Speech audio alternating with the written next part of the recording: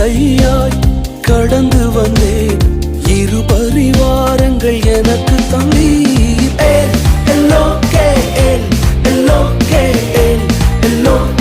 உம்மை துதிப்பேன்.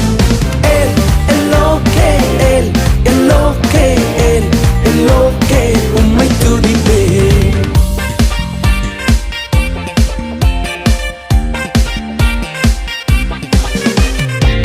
நாங்கள் கைவிடப்பட்ட நேரங்களில் எங்களோடு உடன்படிக்கை செய்து எங்களை உயர்த்தினீரே.